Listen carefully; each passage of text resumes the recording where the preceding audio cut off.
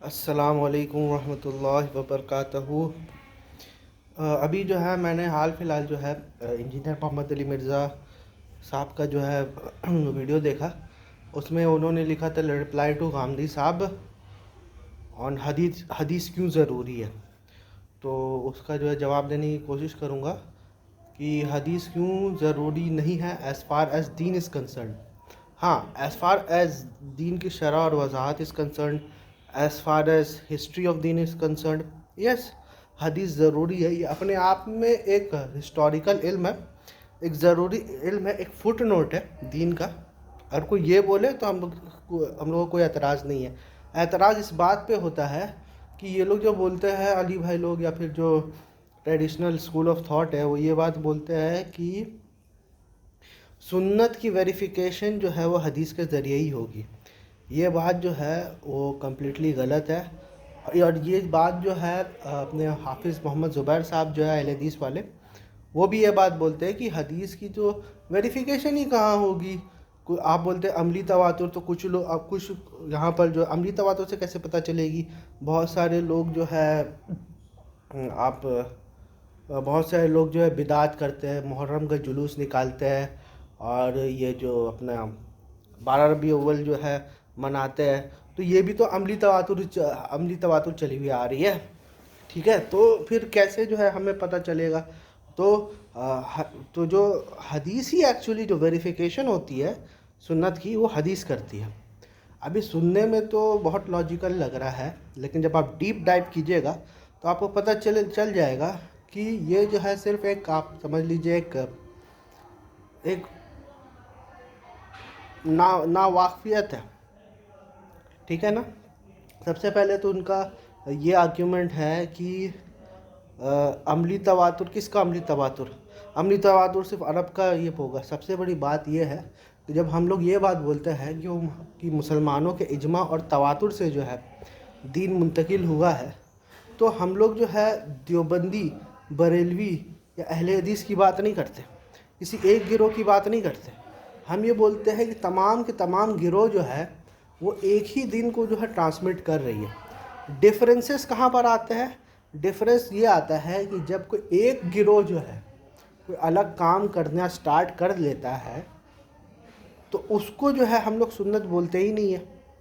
جیسے کوئی بندہ اگر 12 ربیع اول کا جلوس نکالتا ہے، تو آلریڈی باقی کے مسلمان موجود ہیں جو بول رہے ہیں کہ یہ چیز ثابت نہیں ہے۔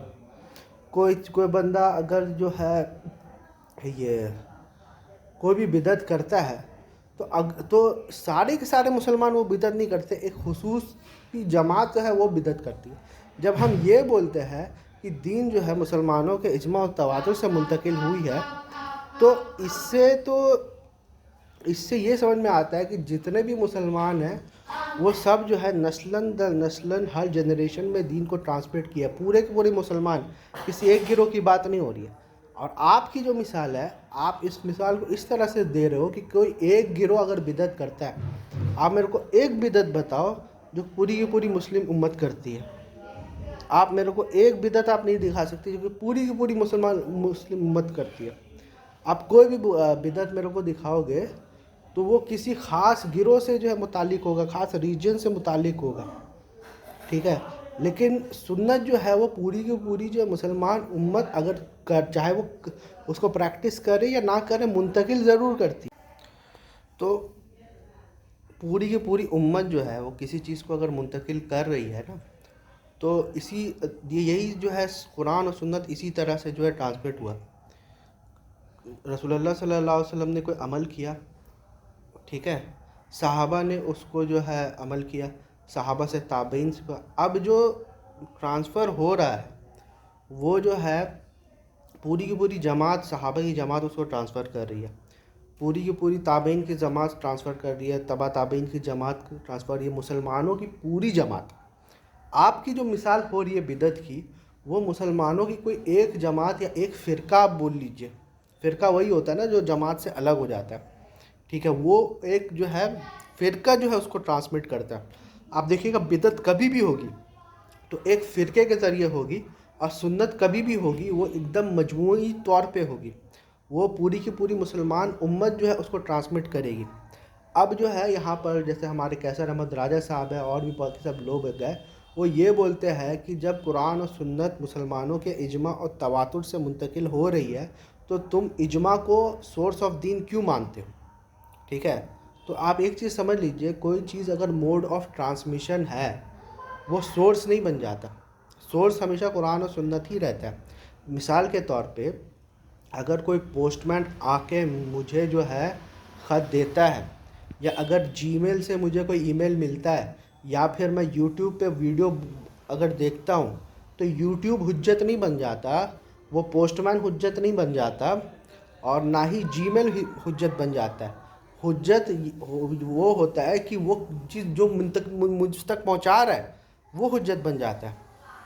ایک اور مثال دے کے میں سمجھانے کی کوشش کرتا ہوں کہ کسی باپ نے اپنے بیٹے کو جو ہے اگر نماز پڑھنے کا طریقہ سکھایا ہے، ٹھیک ہے، تو وہ باپ جو ہے وہ حجت نہیں بن جاتا دین کا، وہ صرف ایک ذریعہ ہے جس تک آپ تک دین پہنچے، ٹھیک ہے، ذریعہ حجت ہمیشہ قرآن و سنت ہوتی ہے۔ تو اگر مسلمان جو ہے نسل در نسل قرآن اور سنت کو منتقل کرتے ہوئے آ رہے ہیں، ٹھیک ہے، تو مسلمان اپنے آپ میں حجت نہیں بن جاتے، اور نہ ہی انہوں نے اللہ پہ احسان کیا دین کو ٹرانسمٹ کرنے پہ۔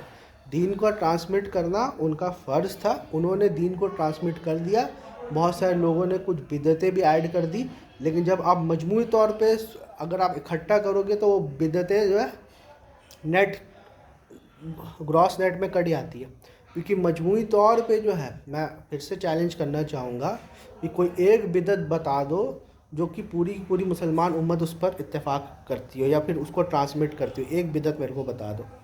یہ جو بولتے ہیں نا اجماع جو ہے یہ دین کا سورس ہے، یہ بھی اپنے آپ میں بدعت ہے، اور اس پر بھی لوگ اتفاق نہیں ہے۔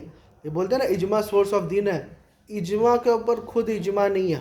آپ امام احمد بن حنبل جو ہے رحمۃ اللہ علیہ، وہ یہ بولتے ہیں کہ کوئی بندہ اگر یہ بولتے ہے کہ فلاں چیز پہ اجماع ہے تو وہ جھوٹ بول رہا ہے، ٹھیک ہے، اجماع پہ ہی کوئی اجماع نہیں ہے۔ اور ایون آپ جو ہے یہ امام شوکانی کا پڑھ لو تو جتنے بھی دلائل لوگ دیے ہیں نا اجماع کو سورس آف دین بنانے کے لیے، وہ جو ہے کیا بولتے ہیں اپنے امام شوکانی نے پورے کے پورے کو رد کیا، تو اجماع پہ ہی اجماع نہیں ہے۔ آپ دیکھیے گا یہ چیز، یہ لوگ یہ بولتے ہیں سلفی حضرات جو ہے یا امام احمد بن حنبل کے فالوورز جو ہے وہ یہ بولتے ہیں کہ جس نے نماز ترک کیا، بھلے ایک نماز ترک کیا تو اس نے جو ہے فقط کفر، تو وہ کافر ہو گیا، اور وہ یہ بولتے ہیں کہ صحابہ کی جماعت کے اوپر اجماع ہے۔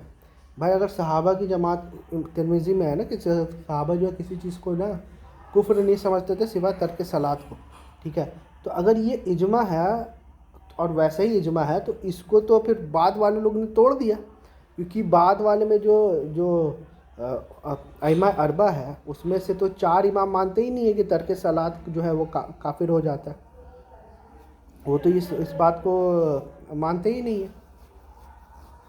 تو پھر اجماع کے اوپر کیا اجماع ہوا؟ تو یہاں پر پتہ چل، اور اجماع ہونا پاسبل ہی نہیں ہے، کیونکہ آپ سب سے آپ کو یہ جو اجماع کے تھرو جو دین پھیلا ہے وہ فہم کا اجماع نہیں ہے، وہ عمل کا اجماع ہے، اور قرآن جو پھیلا ہے وہ قولی تواتر سے پھیلا ہے، اور سنت جو پھیلا ہے وہ عملی تواتر سے پھیلا ہے۔ فہم کا کبھی اجماع ہوتا ہی نہیں ہے، ٹھیک ہے، فہم خود محتاج ہے کہ وہ اپنے متن کے اوپر محتاج ہے۔ اور میں کچھ چند الفاظ جو ہے حدیث کے اوپر بھی بولنا چاہوں گا۔ جو لوگ یہ بولتے ہیں کہ حدیث جو ہے سنت کو ویریفائی کرے گی، اس کی مثال ویسی ہے کہ ٹیسٹ ٹیوب میں جو ہے نا آپ سمندر کو جو ہے ایک طرح سے ٹیسٹ ٹیوب میں جو ہے آپ گھسانے کی کوشش کر رہے ہو۔ حدیث کیا ہے؟ حدیث کیا رسول اللہ صلی اللہ علیہ وسلم کے ٹائم پہ کمپائل ہوئی ہے؟ کیا صحابہ کے ٹائم پہ کمپائل ہوئی ہے؟ کیا تابعین کے ٹائم پہ کمپائل ہوئے؟ تابعین کے ٹائم پہ کمپائل ہوئی ہے، وہ بھی امام بخاری نے کیا ہے، تو یہ 200 سال تک جو لوگ دین پر تھے وہ لوگ کو کیا دین پہنچی نہیں تھی؟ بھائی دین تو مکمل ہو گیا رسول اللہ صلی اللہ علیہ وسلم کے ٹائم پہ، تو اللہ کے رسول صلی اللہ علیہ وسلم نے یہ کوئی بات ایسی بولی ہے کہ 200 سال بعد جو ہے آپ کو سنت کا پتہ چلے گا جب امام بخاری جو ہے حدیث جمع کر کے آپ کو دیں گے؟ تب آپ کو سنت کا پتہ چلے گا۔ ارے بھائی اگر دین میں حدیث حجت ہوتی، انڈیپینڈنٹ حجت ہوتی، یا وہ سنت کا سورس ہوتا، تو یہ کام تو اگر حدیث سورس ہوتا تو یہ کام تو رسول اللہ صلی اللہ علیہ وسلم خود اپنی زندگی میں کر کے جاتے، جس طرح سے انہوں نے قرآن کے ذریعے قرآن کو ایک جگہ جمع کر کے یہ چھوڑ دیا۔ یہ تکلف جو ہے اللہ کے رسول صلی اللہ علیہ وسلم نے، یہ تو پھر بات اگر آپ ڈیپ ڈائیو کیجئے گا نا تو بات رسول اللہ صلی اللہ علیہ وسلم تک پہنچ جاتی تھی کہ دین اگر سورس ہے، حدیث اگر سورس ہے دین کا، انڈیپینڈنٹ سورس ہے، ڈیپینڈنٹ سورس تو ہے ہی، وہ تو میں بھی مانتا ہوں، لیکن انڈیپینڈنٹ سورس ہے اگر دین کا، تو پھر یہ کیا بولتے ہیں اپنا، اگر جو ہے انڈیپینڈنٹ سورس ہے دین کا، تو پھر رسول اللہ صلی اللہ علیہ وسلم نے اس چیز کو پورا کیوں نہیں کیا؟ قرآن تو یہ کہتا ہے کہ اگر تم اپنا کام نہیں کرو گے تو ہم جو تمہارے بہت بڑا سخت جو ہے تبصرہ کرتے ہیں۔ تو نعوذ باللہ من ذالک، کیا رسول اللہ صلی اللہ علیہ وسلم نے اپنے کام نہیں کیا؟ آپ بولتے کہ نہیں آج کے ڈیٹ میں جو ہے نا حدیث جو ہے وہ سنت کا سورس ہے، تو بھائی اس سے پہلے کیا کون سورس تھی؟ عملی تواتر، ٹھیک ہے۔ دوسرا چیز میں یہ بتانا چاہوں گا کہ حدیث کیا ہے؟ حدیث خبر واحد ہے۔ خبر واحد کس کو کہتے ہیں؟ خبر واحد اس کو کہتے ہیں کہ میں نے اس سے سنا، اس نے اس سے سنا، اس نے سنا، اس نے فلاں سے سنا، یہ ہے حدیث۔ 1:1 ٹرانسمیشن ہوتا ہے، اور عملی تواتر آپ سمجھ لیجئے سب کے سب لوگ اس کو ٹرانسفر کر رہے ہیں۔ اب آپ مجھے ایک بات بتائیے کہ ایک چیز ہے جس کو پورے کے پورے لوگ جو ہے ٹرانسفر کر رہے ہیں، اور ایک چیز ہے جس کو چند لوگ ٹرانسفر کر رہے ہیں، کس کی بات مانی جائے گی؟ چند لوگوں کی بات مانی جائے گی، یا پھر جو ہے، اور یہاں پہ صرف ٹیسٹیمونی ہے، ٹھیک ہے، یہاں پر اچھا امام بخاری جو ہے وہ صرف ان سے ملے ہیں جو ان کے ٹائم پہ موجود ہے، باقی کی جتنی بھی سند ہے اس بندے کے اوپر جو ہے ڈیپینڈنٹ ہے، اس کے اوپر اور اس کے اوپر امام بخاری تو ملے ہی نہیں ہے۔ تو اصلاً اگر آپ دیکھا جائے تو حدیث جو ہے وہ رسول اللہ صلی اللہ علیہ وسلم کی بات نہیں ہے، وہ راوی کی بات ہے، جو کہ انڈائریکٹلی رسول اللہ صلی اللہ علیہ وسلم کے اوپر پڑھ رہی ہے۔ تو جو چیز اور اس پر چاروں امام جو ہے متفق ہے کہ حدیث جو ہے ایک ضمنی علم ہے، تو مجھے ایک بات بتائیے کہ ایک ضمنی علم جو ہے کیا ایک قطعی علم کیا ویریفیکیشن کرے گی، یا قطعی علم جو ہے ضمنی علم کا ویریفیکیشن کرے گا؟ آپ مجھے یہ بات بتائیے، ٹھیک ہے۔ کیا سمندر جو ہے وہ نالے سے ناپا جائے گا یا ٹیسٹ ٹیوب سے ناپا جائے گا؟ اس کا جواب دیجیے نا۔ ایک اور مثال میں دے دیتا ہوں۔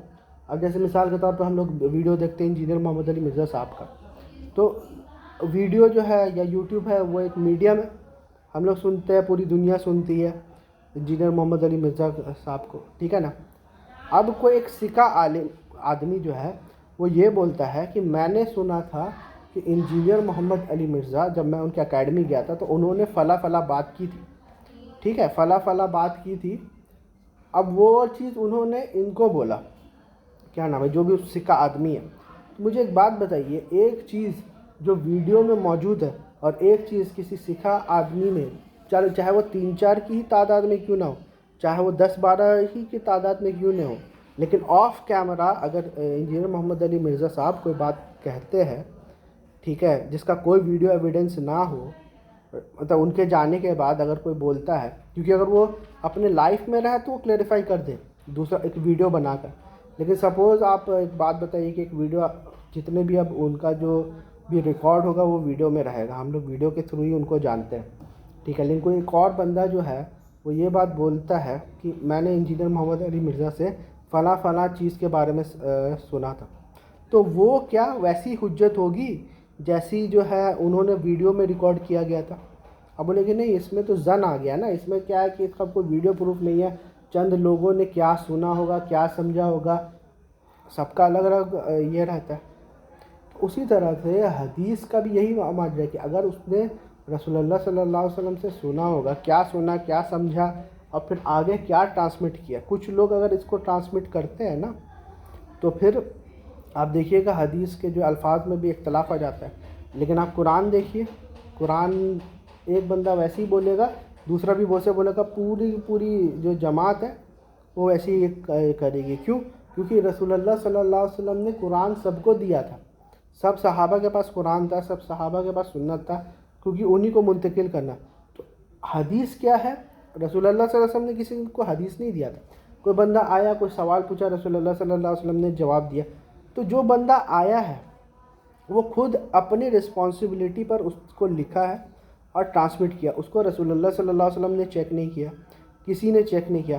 اور ایک اور بات میں بولنا چاہوں گا کہ یہ لوگ جو ہے اہل حدیث ٹائپ مائنڈڈ جو لوگ ہیں، جس میں سے سب سے بیسٹ میرے کو لگتا ہے انجینئر محمد علی مرزا صاحب، کیونکہ وہ منہج اہل حدیث پر ہے، میں یہ چیز مانتا ہوں. ٹھیک ہے، ان سے سوال یہ ہے کہ آپ لوگ تو یہ بولتے تھے کہ فقہا کی تقلید نہیں ہوگی. ٹھیک ہے، فیر انف، ہم لوگ مانتے ہیں فقہا کی تقلید نہیں ہوگی. فقہا اپنے آپ کو اہل سنت کہتے ہیں.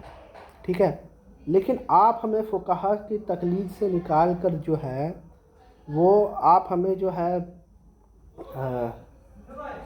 کیا بولتے ہیں اپنا محدثین کی تقلید کے اوپر کیوں لگا رہے ہیں؟ ایک حدیث جو ہے نا، ایک محدث کا محتاج ہوتا ہے کہ کوئی محدث آ کے اس کی تصحیح کرے. سنت کسی چیز کی محتاج نہیں ہوتی ہے. سنت جو ہے نسل در نسل اپنے آپ ٹرانسمٹ ہوتی رہتی ہے. قرآن نسل در نسل اپنے آپ ٹرانسمٹ ہو جاتی ہے. کوئی اس کو چیک کرنے والا نہیں ہوتا ہے کہ یہ قرآن ہے یا نہیں ہے. سنت کو کوئی چیک کرنے والا نہیں ہوتا کہ یہ سنت ہے یا نہیں ہے. وہ مجموعی طور پہ جو ہے جس طرح سے ایک سمندر یا ایک دریا جو ہے بہتا رہتا ہے، وہ بہتا رہتا ہے، بہایا نہیں جاتا. اس کو جانے میں دم نہیں لگتا. ٹھیک ہے، لیکن حدیث کی ویریفیکیشن ہوتی ہے، اور اس حد تک ویریفیکیشن ہوتی ہے کہ اگر ایک حدیث جو ہے کوئی فلاں بندے نے اس کو صحیح کہا ہے، دوسرا بندہ ضعیف بول دیتا ہے. تو یہ تو آپ دیکھیے ایک طرح سے سٹیٹس ہے حدیث کا. ایک بندہ آپ دیکھو، چاروں امام دیکھو، ٹھیک ہے، اس کے نزدیک ایک حدیث صحیح ہے، دوسرے امام کے نزدیک صحیح نہیں ہے. چاروں امام کا فقہ جو ہے، وہ جو فقہ میں جو ڈفرینسز آیا ہے وہ کس کے بیسس پہ آیا ہے بھائی؟ وہ کیا قرآن کے بیسس پہ آیا ہے؟ وہ حدیث کے بیسس پہ آیا ہے. کہ کچھ حدیثوں کو سامنے والا بندہ مانتا ہے، دوسرا اسکول آف تھاٹ اس کو نہیں مانتا.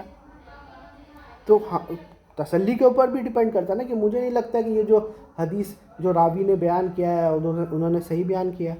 اگر بیان کیا بھی ہے تو یہ منسوخ ہو گئی ہے، کیونکہ ہم لوگوں نے اپنے علماء کو تو اس پر بات کرتے ہوئے دیکھی نہیں ہے. تو ہم کیوں جو ہے فقہا کی جو ہے تقلید سے نکل کے محدثین کی تقلید میں جڑ جائے؟ اگر محدث کسی حدیث کو صحیح بول رہا ہے تو ہم لوگ بلائنڈلی نہ فالو کر رہے ہیں اس کو کہ ہاں بھائی صحیح ہے. اور اگر اس محدث کو جو ہے اطمینان ہو گیا ہے کہ یہ حدیث صحیح ہے، تو وہ ہمارے لیے حجت کیسے بن گئی؟ ٹھیک ہے، اس محدث کو، جیسے امام ابن خزیمہ ہوئے، امام حاکم ہوئے، ٹھیک ہے، انہوں نے اپنے صحیحین جو ہے انہوں نے مرتکب کی ہے. ٹھیک ہے، تو ان کو اس چیز پر جو ہے اطمینان ہو گیا. ٹھیک ہے نا. تو پھر میری یہ کہاں پر تو لیکن پھر بعد والے لوگوں نے تو یہ اس پر جیرا کر دیا کہ نہیں 50% آف مستدرک الحاکم ہے، اور جو ابن خزیمہ ہے، ابن حبان ہے، اس میں ضعیف روایت آلریڈی موجود ہے. تو پھر جب یہ چیز مستدرک کے ساتھ ہو سکتی ہے تو بخاری کے ساتھ کیوں نہیں ہو سکتی ہے؟ مسلم کے ساتھ کیوں نہیں ہو سکتی ہے؟ ارے بھائی، امام مسلم نے تو امام بخاری کی حدیثیں بھی نہیں لی. تو آپ آپ بخاری کو حجت کیوں بنا رہے ہمارے اوپر کہ امام بخاری نے کوئی حدیث کو صحیح بول دیا، اور بات پہ آپ لوگ یہ بولتے ہیں کہ یہ منکرین حدیث ہے. میرا یہ سوال ہے کہ جو شیعہ ہے یہ بخاری کو مانتے ہیں؟